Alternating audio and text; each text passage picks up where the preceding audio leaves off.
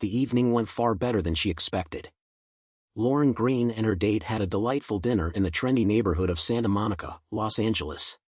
It wasn't just the food that made the night special, it was the company. Jared Collins, who had an obvious attraction to Lauren, couldn't hide his feelings. Lauren, in her mid-40s and the manager of her family's luxury perfume brand, was his boss. Jared, only 24, had recently started as a junior accountant at the company. Lauren frequently singled Jared out from the other new hires, much like she did when searching for a new fling. Even though she and her husband had only been married for a little over 2 years, she was already bored of him. He was the CFO of the family business, quiet and reliable, but to Lauren, he was nothing more than stable. She saw him as someone good for a quick fling every couple of weeks, maintenance, as she put it. Lauren's husband, John, was tall, fit, and stayed in shape by swimming daily. Standing at 6 feet 2 inches, he was the picture of a disciplined man. Lauren admitted to herself that she married John for financial security and the support of a dependable partner to help her succeed. She loved him, but not passionately, feeling that a younger man was necessary to truly satisfy her needs. As the leading spokesperson for Essence Fragrances, Lauren was frequently in the spotlight, gracing TV ads and magazine spreads.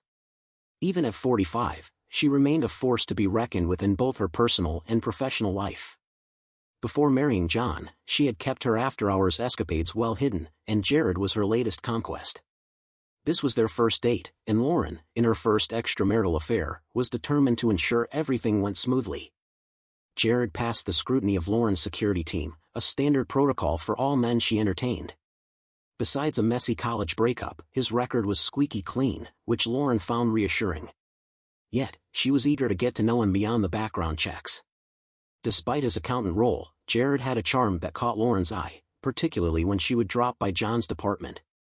His broad shoulders, sharp suit, and modern vibe stood in stark contrast to her husband's more traditional style. John had fallen deeply in love with Lauren, seeing her as the most beautiful and intelligent woman he had ever met. They dated for nearly a year before John proposed, and Lauren had happily said yes.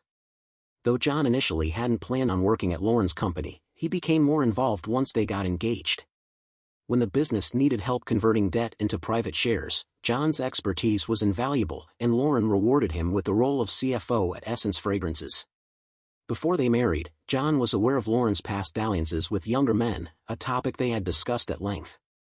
Lauren assured him those days were behind her, but John couldn't fully shake his doubts. Despite lingering concerns about her fidelity, John trusted Lauren, believing that trust was the cornerstone of their marriage. They tied the knot when John was 39 and Lauren was 43, and their first year together was filled with passion. However, as their second year began, John couldn't help but suspect that Lauren might be unfaithful, though he kept these suspicions to himself. As CEO, Lauren had access to all company information, making it easy for her to uncover any secrets if she wished. Their 5,000-square-foot house felt too large for just the two of them. John would have preferred a more modest home, like a condo, and to invest the savings. Nevertheless, he enjoyed their indoor-outdoor pool, meticulously maintaining it to keep his dark hair from turning green, a reminder of his school swimming days. In June 2010, the fragrance industry started the year with a bang, launching a new scent just in time for the holiday season. The fragrance, endorsed by celebrities, became a sensation, and its popularity soared when ads featuring Lauren began airing in late September. While Lauren was often away for promotions, John couldn't help but feel uneasy about the attention she received from other men. Though John managed the company's finances with a sharp eye, his personal concerns lingered, and he struggled to address them. When Lauren returned from her month-long promotional tour after Thanksgiving, she was exhausted, spending nearly 36 hours catching up on sleep. John, attentive and caring, showered her with affection, despite his underlying worries about her behavior. As the holiday season wound down, John looked forward to spending Christmas together, hoping to reignite the fading spark. Despite staying connected with Lauren during her travels across the US and Europe, John's suspicions about her fidelity persisted. While she was away, he discreetly installed small cameras throughout their home. He only discovered their exact placements when checking the feeds one evening before her return.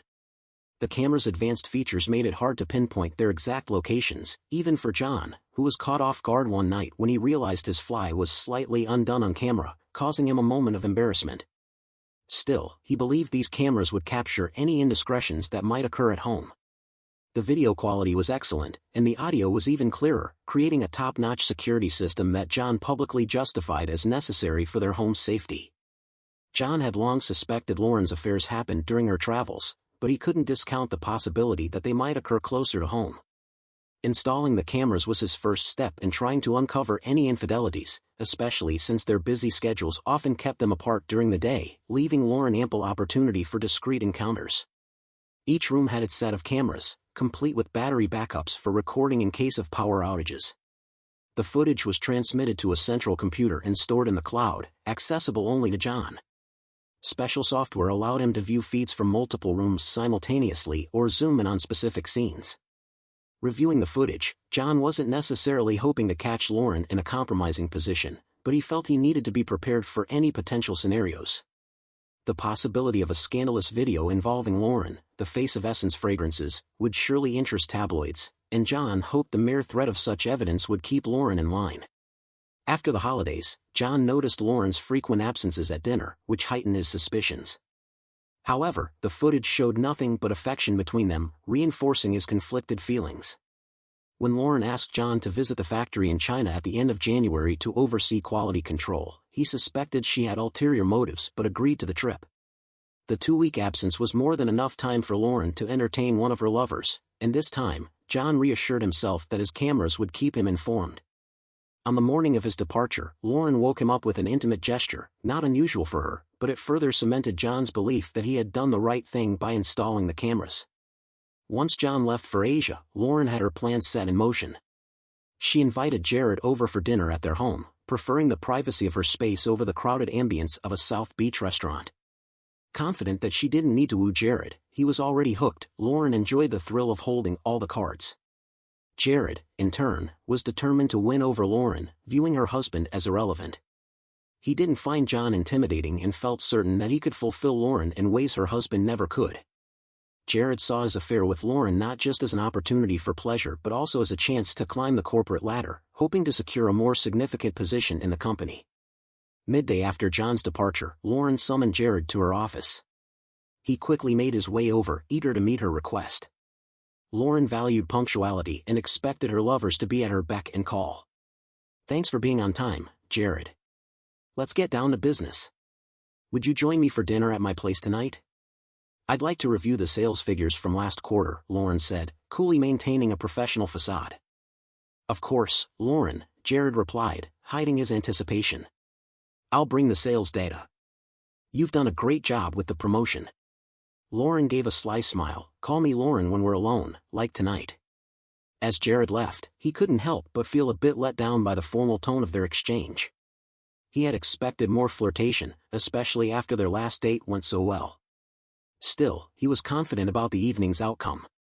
Lauren's subtle cues, the way she licked her lips or played with her hair, hinted at what was to come, though she maintained an air of coyness to avoid raising suspicion. Unknown to John, Lauren's security team regularly conducted sweeps for hidden surveillance devices. They discovered the cameras almost immediately after John installed them. Rather than confront him, Lauren saw the cameras as a twisted game she could manipulate. Her security director suggested disabling the cameras, but Lauren preferred a less direct approach, installing a jamming device to render them useless. It amused her that John's own precautions would leave him without the proof he so desperately sought. Arriving home that afternoon, Lauren indulged in a long, relaxing soak in the tub, savoring a glass of Chardonnay. By the time she finished, she felt completely at ease, slipping into a robe as she checked on dinner preparations. She had asked the chef to cook her favorite meal, lobster bisque, wedge salad with blue cheese, and Chilean sea bass, knowing the dish paired perfectly with her chosen wine. Satisfied that everything was set, Lauren was eager for what the evening would bring. Around 6:15, Lauren went back to her bedroom to get dressed, switching off all of John's cameras with the press of a remote. To anyone monitoring the screens, the feed would now only show static. Sipping her wine, she pondered what to wear, finally settling on a new red dress she had bought during her latest tour in New York. It was the perfect blend of classy and seductive, a look that would no doubt catch Jared's attention. The doorbell rang just before 7, right on schedule. Jared looked sharp in a light blue shirt with the top buttons undone, exuding the confidence of a young man eager to prove himself. Lauren smiled, enjoying the power she held in her hands. Tonight, she was in complete control. Lauren had to remind herself that Jared was all hers for the night, even though business needed to come first. She invited him in, pleasantly surprised when he handed her a bottle of wine and a bouquet of flowers. It warmed her heart. She wasn't used to such romantic gestures except from her husband, John. None of her past flings had ever brought romance into the mix, making this moment feel especially thrilling. As she poured herself another glass of Chardonnay, Jared politely declined and opted for sparkling water instead. Lauren double-checked her notes from her chef to ensure everything was perfect as she started serving the soup. Meanwhile, John had landed in Tokyo and was waiting for his connecting flight to Beijing when his phone buzzed with an alert. Reviewing the details, he found that the cameras at home were malfunctioning. He tried to access the main server but discovered that the camera feeds were offline, showing only white noise. Frustrated, he checked another screen that confirmed the cameras were still powered but weren't transmitting any usable video. Annoyed, John jabbed at every button on the app, including advanced settings he had never used before, but nothing resolved the issue. Angrily, he almost broke his phone, feeling that the cameras had failed him at the worst possible time. Giving up on the app, he resolved to contact the security company directly, demanding a refund for what was supposed to be foolproof equipment. Back at the house, Lauren and Jared enjoyed their meal while discussing sales figures over dinner. Jared accepted a glass of wine but stopped after one, leaving Lauren to wonder if he was pacing himself or simply didn't care for alcohol. Either way, it didn't matter to her. If he was as good in bed as he was at dinner, it would be worth it. During the meal, Lauren subtly flirted with Jared, running her foot up his leg under the table. Jared seemed caught off guard at first but quickly recovered, smiling as he focused back on the sales data. To Lauren, it felt like a game of cat and mouse, with her playing the cat. "Jared, are you into older women?" Lauren asked, slipping her high heel back on with a smirk. "Only if the older woman is you, Lauren," Jared replied smoothly. "In that case, since we seem to have a mutual interest, maybe we should head to my bedroom. I'm feeling tired, it's been a long day, and I want to go over the first quarter sales projections," she said, her tone playful yet firm. "What about your husband?" Jared asked quickly, a hint of hesitation in his voice. "Oh, John?" Lauren glanced at the clock. "He should be boarding his flight to Beijing right about now," she replied nonchalantly. "Lead the way, my love," Jared said, taking her hand as she guided him upstairs to the master bedroom. Jared marveled at the lavish decor, each piece carefully selected to reflect the refined taste of a CEO. Lauren made herself comfortable in a high-back chair near the seating area, crossing her legs and letting one of her high heels dangle. "Would you mind helping me out of my heels, Jared?" she teased. What followed was intense and unrestrained, pushing Lauren to her limits and beyond. At one point, when she felt she had had enough, Jared ignored her signals and continued relentlessly, shouting, "I own you now," which, though she was starting to hurt, Jared kept going, pushing her to her breaking point. Lauren vowed never to underestimate him again, considering him not just a casual fling but a potential long-term lover. The thought of a more permanent affair made her shiver, both in fear and excitement. Consumed by guilt, Lauren couldn't deny that she had tarnished not just herself but her marriage as well. John had been her first choice for a husband, offering intellect, love, and stability, even if he lacked the charm of her younger lovers. Reflecting on his support during her promotional tour, she wondered if John was really as bad as she sometimes made him out to be. He had 2 out of the 3 qualities she sought, and he loved her deeply. Who else would tolerate her demanding schedule or provide such unwavering support, both at work and emotionally? As Jared dressed, Lauren lay in bed, quietly whimpering over what she had done. Jared's self-satisfied grin suggested he was confident about their future encounters. He left his socks behind, pondering whether the housekeeper might find them and mistakenly include them in John's laundry. Meanwhile, John's frustration continued to simmer as he disembarked the plane in China, still grappling with the malfunctioning cameras. He hesitated to call Lauren, realizing it was late back home in Los Angeles. What could he possibly learn from her? It's not like she would admit, "Oh, I had a great night and slept with a younger man." He doubted she would ever be that transparent. During the car ride to his hotel, John started to suspect that Lauren, or more likely her security team, had discovered and disabled the cameras. The idea of Lauren cheating on him unsettled John deeply, threatening the foundation of trust, honesty, and fidelity they had built their marriage on. Despite his suspicions, John knew he needed hard evidence before confronting her. His time in China turned out to be a bore. He went through the motions, inspecting figures and touring the assembly line, but it was clear to his hosts that he had little expertise in fragrance manufacturing. 2 weeks later, John returned home, not expecting to see Lauren at the airport. To his surprise, she was there, looking stunning in a red dress, pearls, and high heels, as if she had just stepped off a promotional tour. "Hey Marty, I'm so happy you're back. I've really missed you," she said, embracing him tightly and kissing him deeply. John was taken aback by her affectionate greeting but returned her kiss with equal enthusiasm. As they pulled apart, he couldn't help but wonder if her enthusiasm was fueled by guilt. "I missed you too. What's with the big welcome?" John asked, curiosity tinging his voice. "I just missed my husband, that's all," Lauren pouted, her eyes betraying a hint of guilt. "Of course, I missed you too. Are you hungry? Let's head home. Martha made dinner, and I just want some alone time with you tonight," she said, her tone softening. John could see the flicker of guilt in her expression, but he chose not to press the issue. "Sounds good. And what's for dessert?" he asked, raising an eyebrow with a playful smile. Lauren grinned, her eyes sparkling mischievously. "I am." Lauren and John spent the entire weekend together, barely leaving the bedroom. They enjoyed each other's company, eating and showering together, making it feel like they were reliving their honeymoon. By Monday morning, as they showered before heading to work, Lauren experienced something with John that she never felt with Jared: love. In John's arms, she felt cherished, safe, and secure. The weekend reaffirmed for her just how much John loved and cared for her, making her realize how poorly Jared had treated her the week before.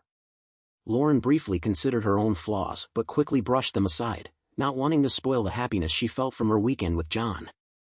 As John drove his Ferrari to work, Lauren declined to ride with him, finding the car uncomfortable, noisy, and far too fast for her liking. Instead, she arranged separate transportation, using the time to catch up on emails she had neglected while spending the weekend doting on John. Her plans seemed to be working perfectly. John showed no signs of suspecting anything about Jared's visits to the house during his absence. John, meanwhile, was relieved that Lauren chose not to join him in the Ferrari. He was still puzzled by the sudden activation of the cameras, but for now, he focused on enjoying the fleeting moments of peace he had with his wife. The day after John left for his trip, he remained meticulous about the details. Determined to get to the bottom of the camera issues, he planned to have the security company investigate. On his way to work, he made the call. Since the security firm had a key from the initial setup, accessing the cameras wasn't an issue. It was a Monday, so John knew the staff would be limited, and he didn't expect immediate answers. By late morning, he received word that the cameras were back online. However, the specialist also reported finding an unfamiliar electronic device with repeaters installed in the house, something that wasn't there during the initial setup. Though they couldn't be certain, they suspected it was a jamming device interfering with the camera feeds. John instantly connected the dots, realizing that Lauren's security team had likely found and neutralized the cameras. A sinking feeling washed over him. If Lauren knew about the cameras, it meant she was aware of his surveillance, and her actions seemed to confirm his worst fears: she was having an affair in their own home. If Lauren had approached him about the cameras, John could have easily explained they were for security. But she hadn't. She had found them and deliberately shut them down. After lunch, John decided it was time to start taking steps to protect his finances, anticipating potential fallout from Lauren's behavior. Meanwhile, Lauren instructed her loyal personal assistant, Gina, to schedule a meeting with Jared at 10 a.m. Gina had worked closely with Lauren for a decade, earning more than most employees due to her unwavering loyalty, something Lauren had carefully nurtured over the years. Despite her loyalty, Gina had long harbored suspicions about Lauren's relationship with Jared, noticing the subtle cues ever since his first visit to Lauren's office. Gina admired Lauren's success and aspired to reach similar heights, but she couldn't help but feel that Lauren's behavior toward her husband was wrong. Gina often wondered if John had any clue about Lauren's indiscretions, just as he had been unaware of her previous affairs before their marriage. She hoped that John wasn't completely oblivious, but she knew that corporate politics often overshadowed personal issues. She wished she had a way to discreetly alert John about what was going on. John had always treated Gina with kindness and respect, never talking down to her. He was friendly, approachable, and genuinely caring toward everyone in the company. Gina could see why Lauren had fallen for him. John was fit, clean-shaven, and had piercing blue eyes that were hard to ignore. Despite being a little older than her at 35, Gina still found him youthful and attractive. She even felt a flutter of excitement whenever he visited Lauren's office. Though his fashion sense wasn't the best, Gina believed that character was far more important than appearance, a stark contrast to what Lauren seemed to value. As the clock approached 10, Gina had Jared seated beside her, ready for his meeting with Lauren. She found it odd that Lauren hadn't asked him to bring any documents, making the meeting feel less professional and more personal. Gina couldn't help but wonder if Lauren intended to get intimate with Jared right there in her office. She debated listening at the closed door or activating the intercom while pretending to be on a call, though she knew the risk of Lauren noticing the light on the intercom was high. Lauren buzzed Gina on the intercom, signaling that it was time for Jared to enter. He stepped in, shutting the door behind him, and Gina, unable to resist her curiosity, pressed the intercom button again, staying on the line. It was risky, but Gina's need for confirmation outweighed her caution. "Jared, we need to end this. John's back from China, and I don't want to take any more risks with you," Lauren declared, her voice firm. Jared shifted uncomfortably in his seat. "And what if I don't want to end it? What if I like having fun with the CEO of the company?" he said loudly, his voice nearly audible outside the office. Lauren lowered her voice, hoping Jared would follow suit. "You better hope this is just you acting out of spite and not a threat. That wouldn't end well for you." "Oh, really?" Jared scoffed. "What if I just tell your husband, my boss, everything that went down last weekend?" Lauren's expression hardened. "I never thought you'd stoop so low or disregard my feelings like this." "Fine, you win. Would you like to get it on right here in my office? Maybe on my desk?" Lauren gestured toward the desk, her tone laced with sarcasm. Jared, momentarily stunned but visibly aroused, began to nod. But Lauren cut him off sharply. "You fool. You'll never touch me again, especially not here. Who do you think you are? Go ahead, tell John whatever you want. It's your word against mine, and I promise you, I know who John will believe." Jared stood up, anger flashing across his face. "Well then, let's just wait and see," he muttered as he left the office, his pride clearly wounded. Lauren never shied away from confrontation. She leaned in and said, "Jared, before you go, just remember, our entire affair was recorded. And with a bit of Photoshop magic, it could easily look like you forced yourself on me, especially that first night when I yelled at you to stop. How do you think that would look on your record?" "You itch," Jared spat angrily, his face contorted with rage. "I am, and I accept that. But we're finished, and so are you. I suggest you start looking for your next job and leave the company quietly if you know what's good for you," Lauren said calmly, turning her attention back to her desk, effectively dismissing Jared. Gina, who had been listening on the intercom, silently hung up the phone, having heard the entire exchange. Jared stormed out of Lauren's office, slamming the door behind him, startling Gina. Immediately, she called Lauren. "Lauren, is everything all right? Should I call security?" "No, Gina, everything's fine. Just a minor misunderstanding about company direction, nothing to worry about." "But thanks for checking in," Lauren replied, trying to keep her voice light. Jared was just a little disappointed with how things turned out. "If you're sure everything's okay, can I get you anything? Maybe a cup of tea?" "That would be great, thanks, Gina." "You're the best," Lauren said with a slight smile, appreciating Gina's support. As Gina went to prepare Lauren's tea, she reflected on what she had just heard. Her suspicions were now confirmed, and she knew Jared's days at the company were numbered. Gina felt torn. Should she betray Lauren's trust and tell John the truth? Her loyalty to her boss was strong, but her conscience weighed heavily on her. Returning to Lauren's office, Gina set the tea down on a coaster. "Jared stormed out of here like he was sitting on pins and needles," Gina remarked. "It was just a minor misunderstanding. Nothing to worry about. It's unfortunate, but it's time for him to move on. I expect Mr. Collins will start looking for a new job," Lauren explained casually. "Wow, I didn't realize you were so informed about everything, even downstairs in finance. That's impressive. But why didn't John handle it?" Gina asked, trying to probe further. Lauren felt a twinge of irritation at Gina's questions. This was her company, and everyone answered to her. Though she didn't owe Gina an explanation, she decided it was best to keep her calm rather than dismiss her outright. Sometimes, when advice is given and ignored, it's best to step in and handle things directly. I saw a problem brewing, so I took action, Lauren said, taking a slow sip of her tea. So, John told him what to do, but Jared didn't listen? Gina pressed, still curious. Lauren took another sip. Thanks for the tea, Gina. I've got some photo shoots to review. Please have Michelle come in at 11 sharp. Thanks. With that, Lauren ended the conversation, her usual way of signaling that the discussion was over. Gina left Lauren's office gracefully, but her mind was in turmoil. She couldn't shake the burning feeling inside. How could Lauren treat someone like John, who had always been so fair and kind, so poorly? Once back at her desk, Gina made a decision. She picked up the phone and called John. Hi, John, it's Gina, she whispered, even though no one else could hear her. Can we meet for lunch at 12:30? I need to talk to you. It's really important. Sure, Gina. How about Tres Amigos down on 3rd? 12:30 works for me, John replied, surprised but willing to meet. Thanks, John. Sorry for the short notice, but we really need to talk. No problem, Gina. I'll see you at 12:30. John arrived early, settling into a booth towards the back and waving Gina over when she arrived. After they ordered their lunch, deciding to share a chicken fajita, John's curiosity got the best of him. What's so urgent that we needed to meet over lunch? He asked. Gina took a sip of her iced tea, glancing at John. She reminded herself that he was married, but after what she was about to reveal, who knew if that would still be the case?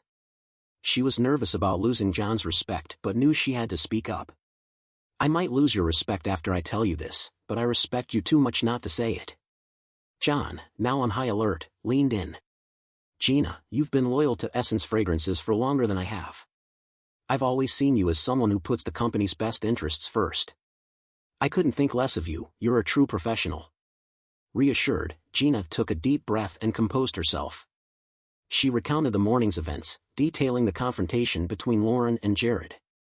John, I think Lauren is, or was, having an affair with Jared Collins. I overheard everything this morning. I overheard a conversation between them where Lauren was ending things with Jared. She mentioned that since you returned from China, she couldn't risk you finding out, Gina revealed. Martin's worst suspicions were now confirmed. He took a deep breath and a big gulp of his iced tea, his eyes fixed on the table in front of him. Gina watched him closely, surprised at his calm demeanor. She wondered if maybe he already knew. Their lunch dish arrived before Martin could respond, and he welcomed the brief interruption. As the waitress left, the sizzling sound of the chicken fajita filled the silence between them. Finally, Martin looked up and locked eyes with Gina. Thank you. Why are you thanking me, Martin? I just told you your wife is cheating on you. That's not the reaction I expected. Aren't you angry? Don't you want to lash out, at me, at Lauren, or even at Jared? Gina's voice grew louder with each question, her frustration bubbling over. Gina, how long have you been with Essence Fragrances?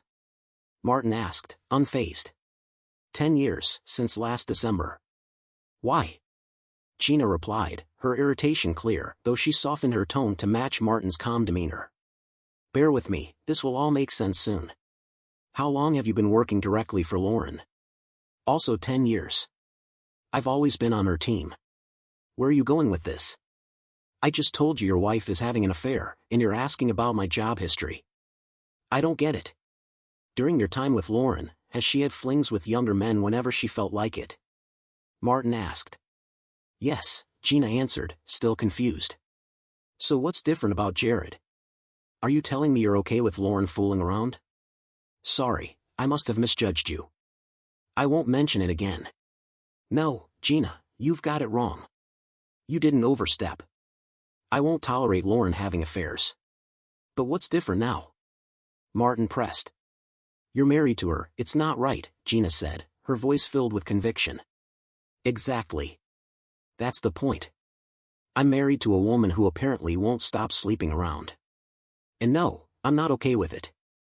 That's why she ended things with him today and practically smothered me with affection all weekend, Martin explained calmly. That's probably more detail than I need, but I get your point. You think she's feeling guilty? I'm sure she is. And she's probably feeling pretty vulnerable too, Martin responded, still maintaining his composure. What's your plan for the rest of the day? Gina asked. Not much. I'll stick to my routine, stay in my office, and try to figure out how to handle this mess of a marriage, Martin said, sounding resigned. How can you stay so calm, Martin? Seriously. I had a boyfriend who did something similar, and even though we weren't married, I was crushed. I spent the whole weekend drowning my sorrows in Starbucks and ice cream, Gina shared, her emotions rising to the surface. Gina, I knew who Lauren was before we got married. I mean, I knew about her lifestyle, but I can't say I truly knew her. She promised she was ready to settle down, to be with just one man, me. I believed her, trusted her, but she's like a chameleon. She changes to fit wherever she is, Martin reflected. Gina, you've done more than enough today by telling me all this. I owe you. And I'm going to tell you something, but you have to promise not to share it with anyone, not even Lauren. Can you keep this between us? Absolutely. You have my word, Gina promised, though she looked pale, lost in thought. But I guess I already broke Lauren's trust by telling you her secrets, so I understand why you're asking. Gina, I may have misjudged Lauren, but I know I can trust you. While Lauren was away on her promo tour, I had cameras installed in our house, Martin admitted. Cameras? Why? Gina asked, shocked. I had a feeling Lauren might be up to something, or at least thinking about it. All the signs were there. Then when she sent me off to China right after her tour, I was pretty sure. I figured the cameras would catch her if she was cheating, Martin explained. So what happened? Jared had to be involved by then, right? Didn't the cameras show you anything? Gina asked, trying to piece it together. That's what I thought too, Martin said, his tone serious. But somehow, Lauren must have found out about the cameras and had some tech installed to jam them whenever she wanted privacy. So, when she talked to Jared today, she wasn't just bluffing, she knew about the cameras and blocked them. Sneaky move. Sorry, no offense, Gina said, shaking her head. Do you think she could have recorded anything? Maybe she rerouted the feeds instead of just shutting them off? Gina, you're onto something. I hadn't even considered that. It's possible. I'll get in touch with the security company again and have them check it out. I was too mad at Lauren for blocking the cameras to think about other possibilities, Martin replied, his mind racing. Thanks, Martin. I've got to run, but you've shown me a whole new side of Lauren I never expected. It's crazy how far she'd go to deceive you. You don't deserve that, and I'll keep our conversation between us, Gina said as she hurried out, leaving Martin to linger over his iced tea. Martin took his time getting back to the office, knowing that Lauren had probably moved on to another fling. Even though she'd ended things with Jared, Martin knew she always thought she could outsmart him. She might lay low for a while, but Martin was certain she'd return to her old ways once things settled. The fact that she had disabled the cameras to hide her affair was all the proof he needed. Back at the office, Martin checked his voicemail. There was a message from Lauren saying that Jared Collins was no longer with the company and that he needed to arrange Jared's exit package with HR. She offered no explanation, leaving Martin to fill in the blanks, though given the situation, it wasn't hard. Sleeping with the boss's wife had to be grounds for termination. At 5 p.m., Martin summoned Jared to his office. Jared, it's come to my attention that you've been falsifying expense reports. Unfortunately, we have a strict policy against theft. Effective immediately, your employment is terminated. Please gather your belongings and leave within 10 minutes. Security will be on standby to ensure you only take your personal items, Martin said, maintaining a calm and professional demeanor. You clueless fool, you're just following orders from your wife, Jared snapped. Excuse me? Martin replied calmly, his expression unchanging. You heard me. You're firing me because I slept with your wife. Now you're just trying to salvage your marriage, Jared shot back, his voice dripping with venom. You're right. I am firing you. She's my boss. Thanks for admitting you slept with Lauren, I hope it was worth it, Martin retorted, his voice devoid of emotion. You're nothing but a weakling, Martin. I showed your wife a good time, something you could never do. She kept coming back for more, and what does that say about you as a man?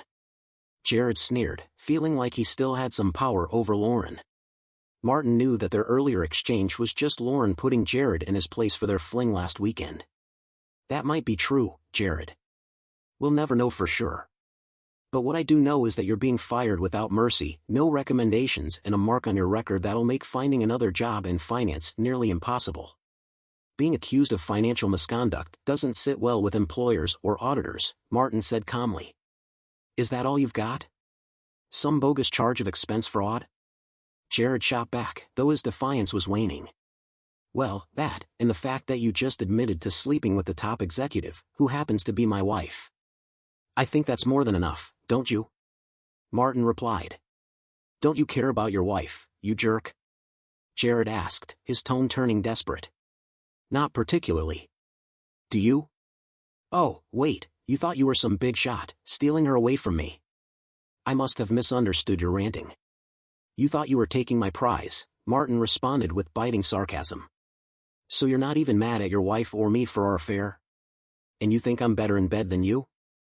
You really are pathetic, Jared sneered, but his confidence was faltering. Nope, not mad at all. Actually, I feel kind of relieved. If you want Lauren, she's all yours. Seems like she was never really mine anyway, just borrowing her. Go ahead, call her whenever you feel like it. She's had plenty of guys like you before. Honestly, you're just another name in her little black book. Bet she's already moved on, looking for her next conquest. Didn't she hint at that this morning? Sure, she's pretty, but she's high maintenance, and I'm done paying the price, Martin said, his voice calm but cutting. Jared's bravado was crumbling. He briefly thought about provoking Martin into a fight, knowing he could easily win with his wrestling skills. But Martin's calm demeanor unnerved him. I'll just pack my stuff, Jared said quietly, his defeat evident. One last tip, Jared, you might want to get yourself checked. I never take risks. Now get out of my office, you scumbag, Martin spat, knowing Lauren was probably clean, but wanting to leave Jared with a lingering doubt. Jared gathered his belongings and stormed out of the building, seething with anger. About 20 yards from his car, he reached for his keys. As he pressed the unlock button, the car exploded into flames, jolting off the ground before settling back down, engulfed in fire. The blast's heat seared his skin, and he realized that if he had been closer, he could have been killed. Shaken, Jared had to admit that he might have messed with the wrong man. Lauren's husband was clearly a powerful adversary. The weekend was tense between Lauren and Martin. Lauren brushed off Jared's car explosion as a stroke of bad luck. Martin wasn't interested in discussing it, remaining distant and aloof. On Saturday, Lauren tried to engage him in conversation, but he remained unresponsive. By Sunday, she sensed something was wrong and suspected she knew the cause.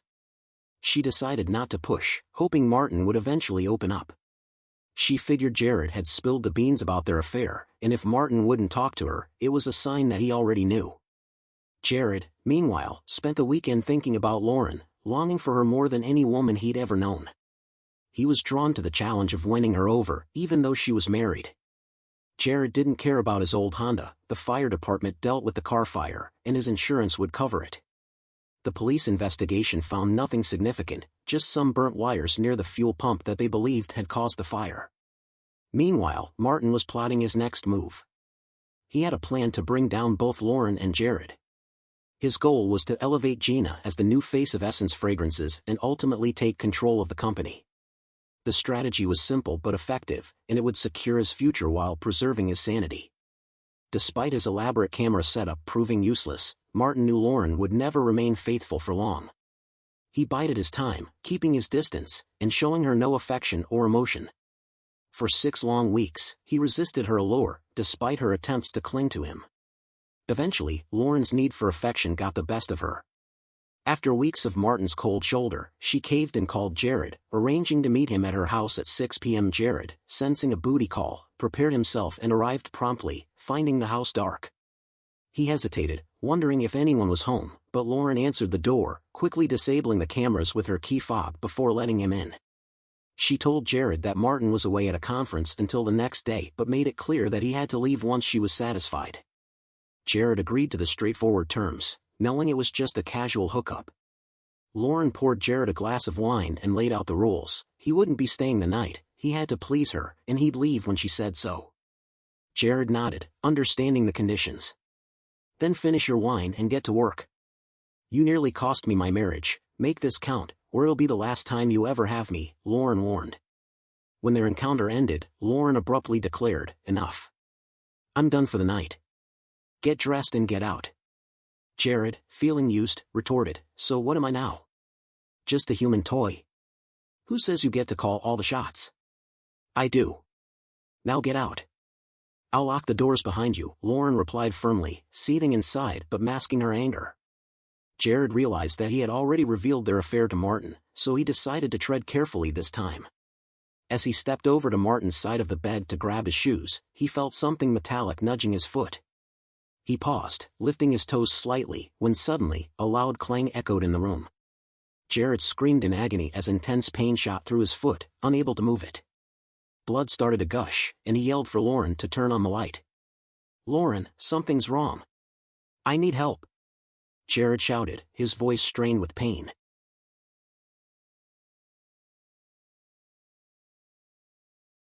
Lauren quickly switched on her bedside lamp and gasped. "Oh my God, Jared. What the hell are you doing? I told you to leave."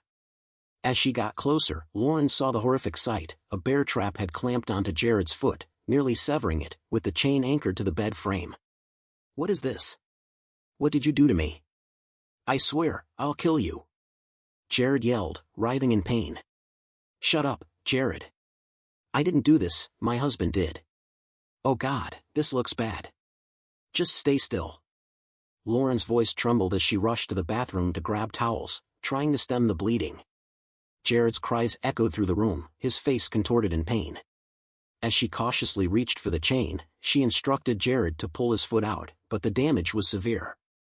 Jared screamed louder as he finally freed his foot, his toes turning blue, the metal teeth deeply embedded. "Lauren, I need a hospital. I'm going to die if I don't get help. Please, hand me my phone. I'm begging you," Jared pleaded desperately. Martin, meanwhile, was watching everything unfold. His phone had alerted him to the camera malfunction, but he knew it wasn't just a glitch this time.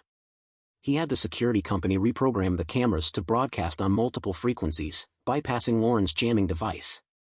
From the cloud server, Martin watched it all in real time, feeling like he was watching his own private movie. As Jared continued to plead, Lauren hesitated. She knew that calling emergency services would bring help, but it would also bring questions and an investigation. For a brief, dark moment, she even considered using her gun to end both Jared's suffering and her own. Sitting heavily in her chair, Lauren reflected on Martin's warnings about trust and fidelity. She was caught in Martin's trap, both literally and figuratively, and now her marriage and her lover's life hung in the balance. Despite Jared's cries for help, Lauren remained distant, lost in her thoughts. She realized that Martin's actions were a direct response to her betrayal. Back at the office, Martin watched the scene unfold, acknowledging that his marriage was beyond repair. He thought about calling for help but decided against it. He would let Lauren face the consequences of her actions. Jared's condition was worsening, his face growing paler with each passing moment. Martin knew that with significant blood loss, Jared could still hold on, but it was up to Lauren to make things right. For now, he chose to stay silent, letting the scene play out. Gina finished her shower at the hotel, the hum of the blow dryer in the background, unaware of the chaos unfolding back at Martin's house. Martin was about to turn off the feed when he saw Lauren retrieve her magnum from the wardrobe. He knew she kept it for self-defense and regularly practiced at the shooting range, making her a competent shot. As she aimed at Jared, who was barely conscious, Martin wondered if she intended to put him out of his misery. Jared, sensing something was wrong, looked up at the last second and saw the cold, detached look in her eyes. Lauren pulled the trigger, but the bullet flew wide, hitting Martin's pillow instead. Whether she missed intentionally or not was unclear, but Jared's life hung in the balance. Martin watched in shock as a few moments later, Gina walked into his bedroom wearing lingerie and high heels. He quickly closed his iPad, trying to regain composure. "My dear, do you remember when I told you that you could run Essence fragrances with your eyes closed?" "I do, but I thought you were just being flattering." "I didn't think you were serious, even though you kept trying to convince me," Gina responded playfully. "Oh, I meant every word. And now, your opportunity is right around the corner," Martin said with a sly grin. "Can I show my affection to the next CEO of Essence Fragrances?" Gina asked, inching closer. "Only if you promise not to be intimate with your slutty wife again." "I don't like sharing," she quickly retorted. "Don't worry, my dear. I've been faithful to you from the start. Plus, I think she'll be a bit too preoccupied for the next couple of decades, Martin assured her, pulling her close. Meanwhile, police were summoned to Martin and Lauren's house after neighbors reported hearing a gunshot. They arrived fully armed, concerned about a potential break-in, and puzzled as to why the security company hadn't alerted them sooner. The cameras linked directly to the security company should have triggered an immediate response if there had been a breach. Inside, the scene resembled something straight out of a horror movie. Lauren lay unconscious on the bed, still in her robe, stained with a dark red patch. Beside her, an unclothed man was on the brink of passing out. The officers couldn't immediately determine the extent of the injuries and called for paramedics and the fire department. As they secured the scene, they discovered the man caught in a bear trap attached to the bed frame. The police exchanged glances, speculating it might have been a kinky encounter gone terribly wrong. Lauren appeared physically unharmed but was unable to speak. The police attempted to question her, but she remained unresponsive, prompting them to send her to the hospital for evaluation. Jared, the man trapped in the bear trap, was eventually freed by the fire department using the jaws of life. They pried open the trap, and Jared's mangled foot hung limply as he was moved onto a stretcher and rushed to the hospital. By the next morning, Lauren had physically recovered, but her mental state remained unstable. She was unable to speak, and doctors diagnosed her with severe trauma. The bear trap, considered a lethal weapon, led to charges against her for causing bodily harm and failing to help Jared when he was severely injured. She was also charged with discharging her magnum illegally. Deemed unfit for trial, Lauren was committed to a psychiatric hospital, where she would remain for the rest of her life. Jared survived but lost nearly 2/3 of his right foot. He was in critical condition and repeatedly blamed Martin for setting the trap, but no one took his claim seriously. As far as the police were concerned, Jared's injury was a consequence of his reckless decision to be in another man's bed with his wife. Martin, meanwhile, successfully persuaded the board of directors to appoint Gina as the new face and leader of Essence Fragrances. 10 years younger than Lauren, Gina brought a fresh energy to the brand, which the company sorely needed in Lauren's absence. With years of experience as Lauren's personal assistant, Gina knew the ins and outs of the company and had connections with key industry players. The board agreed, eager to stabilize the company and distance themselves from any potential scandal. Gina quickly proved her worth, not just with her beauty but with her sharp business acumen. She launched a new fragrance called Secrecy, which rapidly gained popularity. She promoted it in a style reminiscent of Lauren's previous campaigns, but with one notable difference: Martin was by her side every step of the way, accompanying her on a promotional tour that covered over 30,000 miles. As for Martin, he had learned the hard way that sometimes, the simplest solutions were the best.